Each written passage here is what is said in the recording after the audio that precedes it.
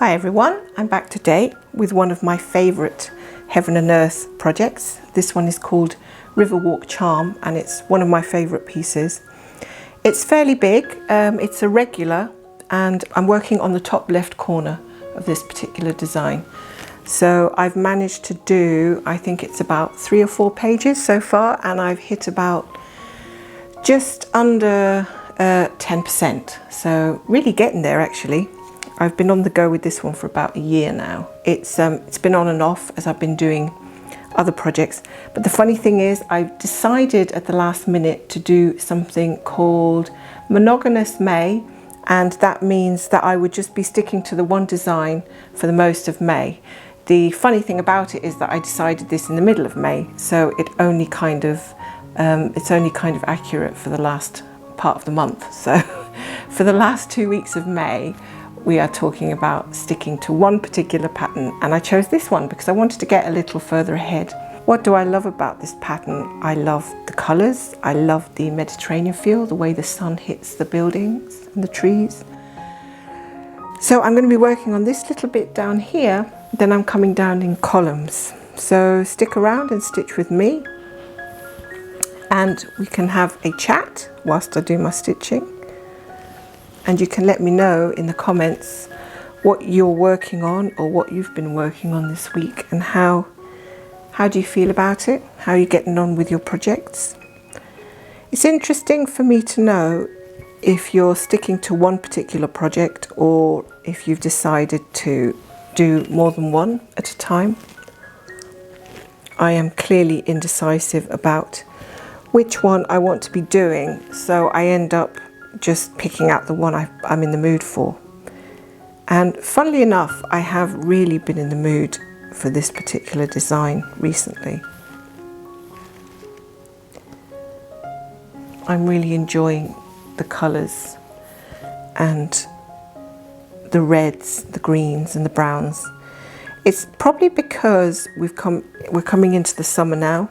Well, we're in spring, so soon it will be summer and we will have a lot of these beautiful colours to appreciate when we're outside.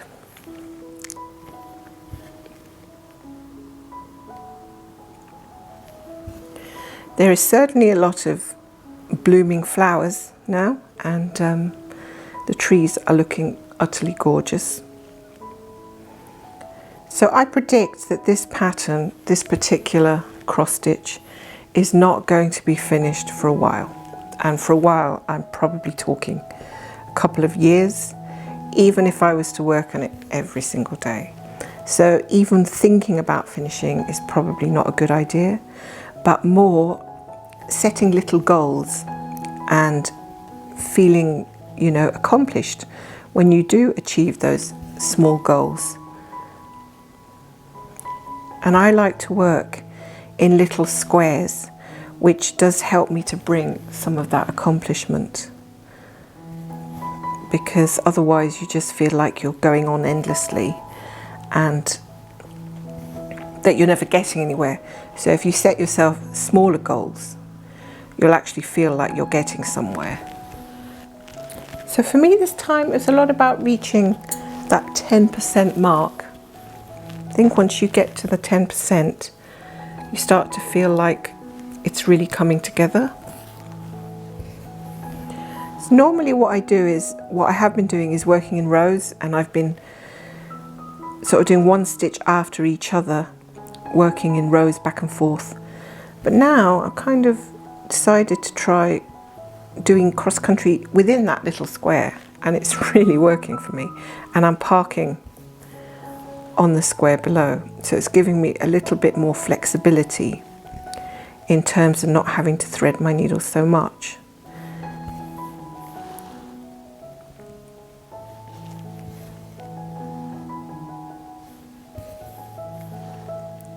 And you know, there's usually quite a bit of confetti in most areas, so it doesn't really matter what way you approach it, that confetti has to be done. So you're going to get all those random stitches no matter what you do.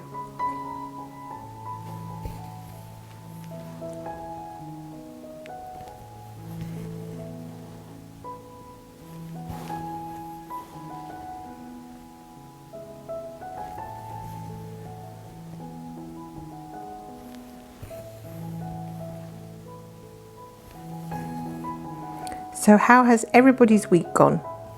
It's been pretty bad weather here in Scotland. We've had a few sunny spots, and it's always good to get out and about when, you know, the sun is out and you feel a bit brighter, and people generally have a smile on their face when the sun is out. People look happier. And now we're back to some rain, and it's looking actually a little bit stormy out there. So it's not the most appealing at the moment.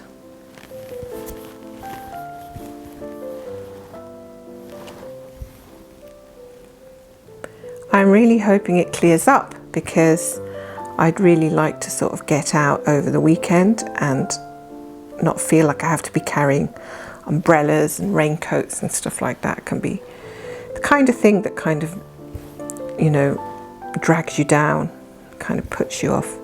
But now, since the lockdown has come away, there's been a lot more activity, a lot more people around. It's been interesting to see people again.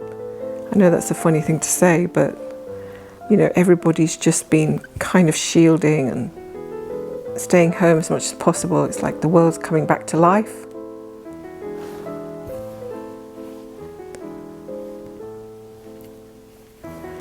Which is both nice and a little bit scary at the same point. And I'm not going to be in any rush, to be honest, to go around spreading this thing any further. I'm going to, you know, just go to places nice and, you know, I'm going to ease into it a little bit, and still be cautious and still keep away from people, because, you know, for all I know, I could be asymptomatic. I could be going around spreading it to people rather than catching it. So that's one of the things I'd hate to think that I was doing. So it's just as much about protecting other people as it is about protecting myself.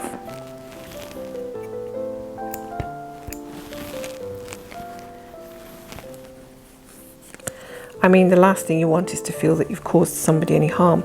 But you know, it's one of those things as well where you do want to go out, and you actually need some social time. You do need to get out and get some fresh air and see things new. Being stuck at home with the four walls enclosed around you can be, you know, very debilitating. So I live by that. My best word is compromise. Compromise is a word that makes a lot of sense to me. You can generally have what you want if you're just careful about it. But anyway, being careful, that's what I'm doing, being careful.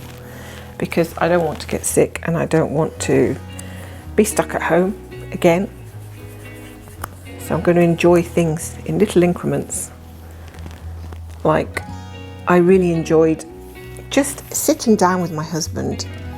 We went into this place the other day, and there was nobody in it. So I said, look, let's just go in and have a coffee and grab a bite to eat. So that's what we did. We weren't afraid to do that, and it was empty. And it was just so nice to do something normal again, because we've kind of been stuck at home for this whole length of time. And it was like spreading your wings in a way, like they'd been all closed up. So that was nice to do, and I think it helped us both feel a little bit less stressed and helped us cope a little bit better when we got back. And I've been doing an awful lot of stitching as well, but also kind of not feeling well some days, so a bit less stitching and then picking it back up again. What I'm really looking forward to is traveling and visiting family once I feel comfortable with it. I don't feel comfortable with it right now. There's still stuff going on. But once I do, it's going to be so nice to see, you know, family members again. So yeah, pros and cons. Everything has a reason and a rhyme, as I say, a reason and a rhyme.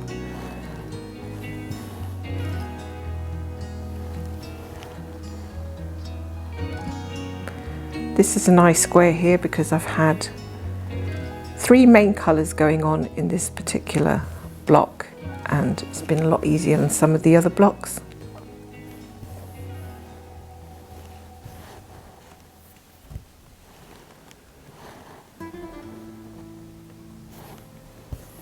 So once I finish this square, I think I'm going to go to the next couple of squares that I've missed, and then I'm going to start working downwards, try to complete this block, and that will be one huge piece, one huge section of this chart that I will have completed. I think it's going to feel really good when I've done that.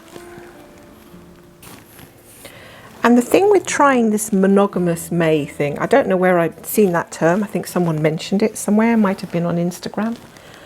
The thing about it is that if you do stick to that, to doing just the one project over a month or a few weeks, you get so much done on that one piece. Whereas if you're constantly flitting around between projects, it's kind of like you get a little dribble of progress on each of them, which is fine if that's how you like to work. And that's normally what's going on with me, is that I'm getting a little dribbles of progress throughout the weeks on each of them, because I was rotating them fairly often, and I haven't seen a big huge amount of progress on any because of that kind of consistent rotating. But I've easily done a couple of thousand, if not 2,000 or 3,000 stitches on this one in the last while by sticking to that. And I'm wondering if I could do something for June, like monogamous May. What could I come up with for June or July, and see how I feel about it.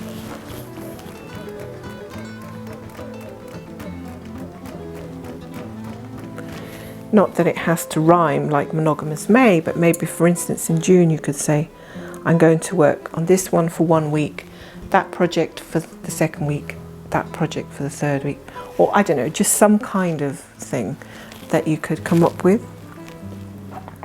If you've got any ideas, let me know.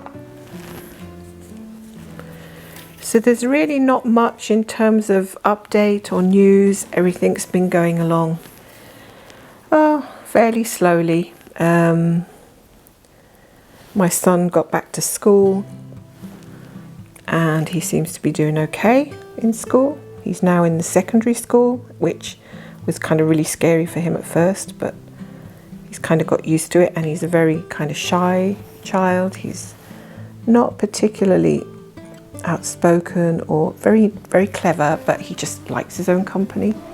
So my son's been doing really well overall. And especially considering, you know, all the problems we've been having with lockdown and them not being able to socialise or go out together and that kind of thing. It's been really kind of difficult for many kids, I'd imagine. So the way I'm working this at the moment is kind of interesting, because I've got loads of part threads inside my square, and I'm picking up the lowest thread that's parked, one near the bottom. So I'm working downwards. I'm working each thread vertically so that they're not all getting in my way. And I found that that's really working well. So now I'll park this thread on the square below, and then I'll pick up the next one that's just above it or close to it, push the rest above out of the way. So working downwards, and then those park threads are not getting in my way, because by the time I get to the top I'll have done all the ones underneath.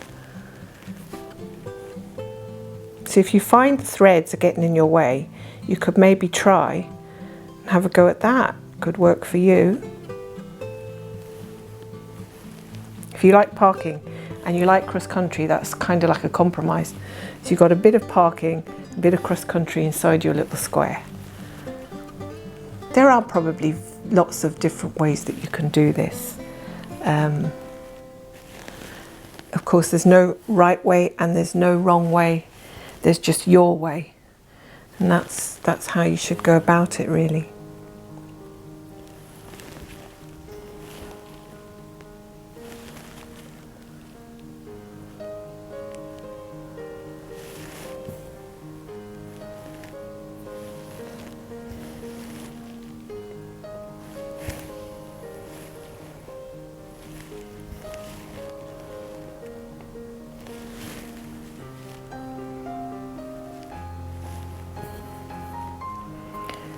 And somebody mentioned on a post that a tent stitch or a half stitch is like cheating, and that particular remark didn't win them a lot of points. There's plenty of tent stitchers out there like myself who absolutely love working this particular method and absolutely did not like to be told that they could be cheating because they're not doing a full cross. Well, you know, too bad.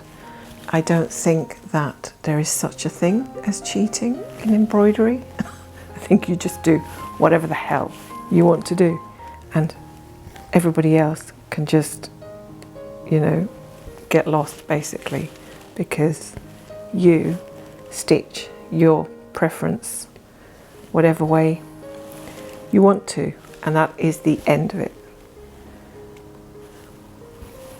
I certainly do not feel like I'm cheating, spending 2, 3, 4 years working on a project.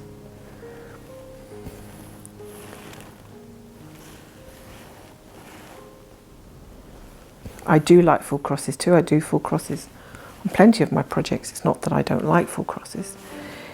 I do like 25 count, and I feel that the tent looks okay, so it's just a choice thing. Certainly not done to bother anybody else.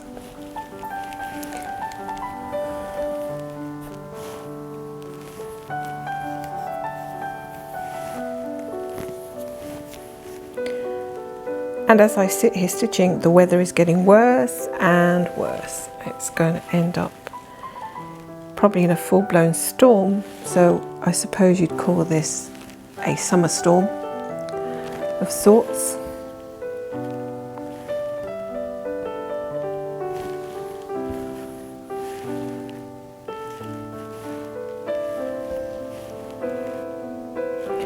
Well, see, this is my problem, is that I'm just terrible at counting. So every time I try to do something that involves a bit of counting, even in a tiny square like this, I just make a mess of it. So now I have to count, see what I've done. 1, 2, okay, I was on the wrong row before. Okay, I think that's fine. I'm just going to park down the bottom. I'm also parking a little bit on the right side if necessary. Prefer to park down below, but if there's nothing down below, I will park higher up.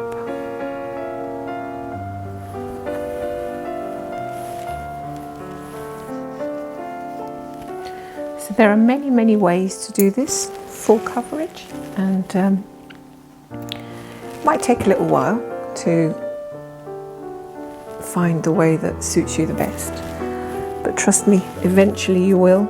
And it is worthwhile doing a few little different methods just to see which one suits you the best.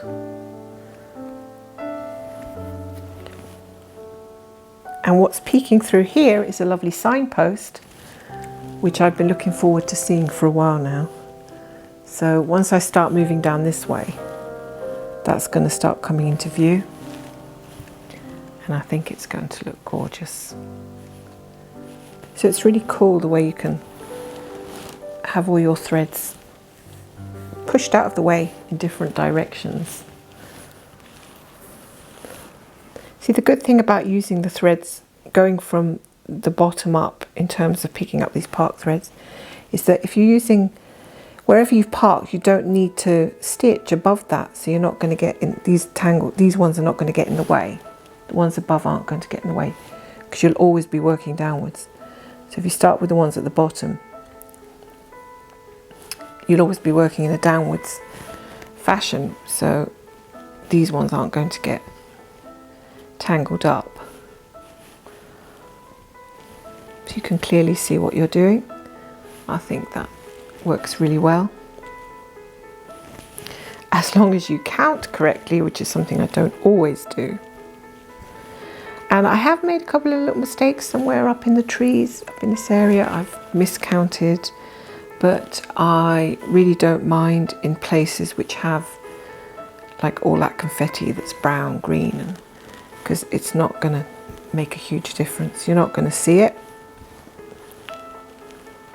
So once or twice I've just left a little mistake. If it's not easy to pick out, then I'd just leave it in. Because sometimes you have to pick out loads of stitches just to get the one, just to get to the one that's wrong. And yeah, it's a bit of a hassle, I tell you.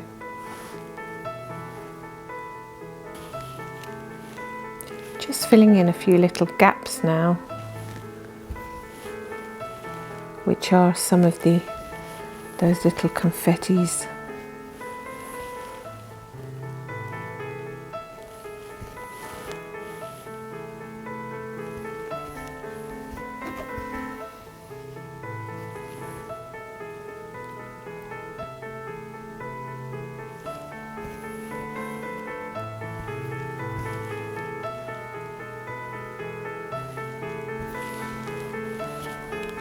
So I'm thinking of buying a stand that I can take traveling with me. So when I go on vacation and I'm going to meet family, I can take one of my projects, and I won't be able to do it. I will be taking a Heaven and Earth sign, but I won't be able to do it on my lap. So I'm kind of looking for something a bit more transportable. And I've seen some of these lap stands, but I'm not sure whether they work for me or not, which is a bit of a shame because I'd actually like to try one out before actually purchasing it. And I don't think that you can order a stand and then just suddenly decide you don't want it for no good reason, send it back, unless it's faulty or something. So it's a bit of a pity that I can't try something first, because that's ideally, that would be the best option. But if you have any recommendations, let me know. I'd like something that I can just position on my lap and maybe hook my Q stand, my Q snap frame and my project into, kind of like what I've done here with the Lowry, just to hold it up so I can work on it. Because again, I don't even know what kind of seating position I could take in somebody else's house, but I'm sure it'd probably be back to the sofa.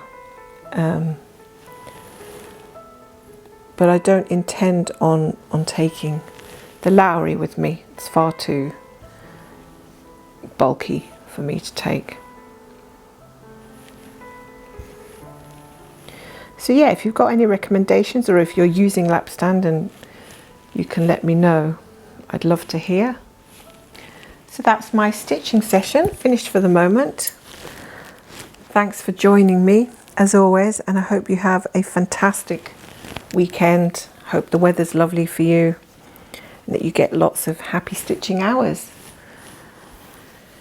So I'll be back again soon with my stitching, and until then, take care.